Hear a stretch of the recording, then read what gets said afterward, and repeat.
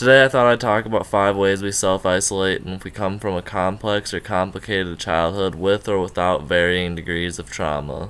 These are, in my opinion, the top 5 reasons why we self-isolate and maybe will withdraw even if you're right there in the room with us, and why we have these anxious and evasive tendencies in terms of attachment. And by the end of this video, I hope you have a better understanding of why you might do these things and never truly feel close to someone.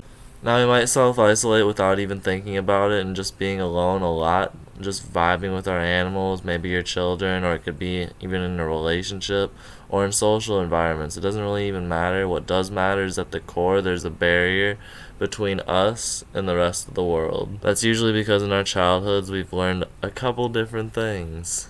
Number 1 being that the world is not safe, and usually there's a reason for that, which has to do with me, the person who's suffering, and that there's certain ways to shield myself and keep myself safe, which translates usually to I can only rely on myself. And that materializes in a bunch of different ways, and this video is about the things we regularly do to isolate, whether it's a low-key isolating behavior, like I said about being with someone but still having that barrier and never being our true selves, or coming to the conclusion that people in the world at large is so much that we need to spend a good chunk of our time in our own isolation to minimize our chances of problems happening, and these are the top 5 ways I think that we do that. Number 1, we are extremely self-critical and carry out this preconceived notion of thinking we're not good enough, so we sort of carry around this feeling of unworthiness, like I am bad at something or something's wrong with me, and that acts like a barrier because you don't think you're good enough, so your brain tricks you into thinking, why should I even put myself out there and show who I really am? Number 2 is you might not think anyone else is good enough either, where you've learned that the world's not safe, where you're hyper vigilant, actively looking and ready for people to disappoint you. The third thing is we're often auto-regulators, and what's that mean? It often goes back into avoidant attachment, which is an attachment style a child develops when their parent or main caretaker doesn't care or show responsiveness past providing essential needs like food and shelter. The child disregards their own struggles and needs in order to maintain peace and keep their caregiver close by. And introverts need that self-alone time to regulate, but even extroverts can do the same thing, where you learn to take care of your own needs, and because of that you never lean in or allow anyone else to help regulate you, and because you don't trust anyone else, you gotta literally remove yourself to do that. Number 4 is we're easily triggered because, let's face it, people are triggering, and whether or not they mean to be, it doesn't change that.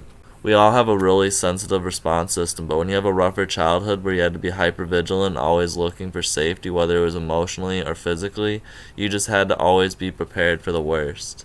And that urge to act often has us drop into our fight, flight, or freeze response that helped us survive.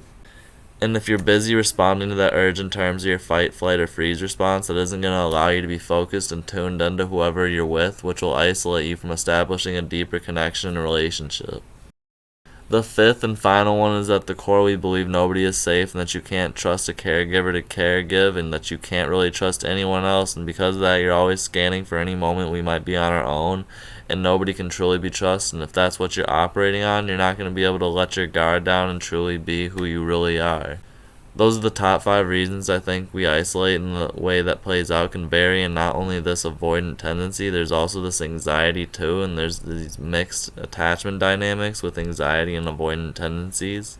Because we really needed that security and safety from a parent who is unpredictable or unsafe, so that anxiety is going to be deeply ingrained, and that avoidance helped protect ourselves and removed ourselves and deactivate our needs. And you can see that more and more with people who have complex PTSD. Anyway, if you found this helpful, leave a like, give me a comment, and a subscribe, and I'll see y'all later.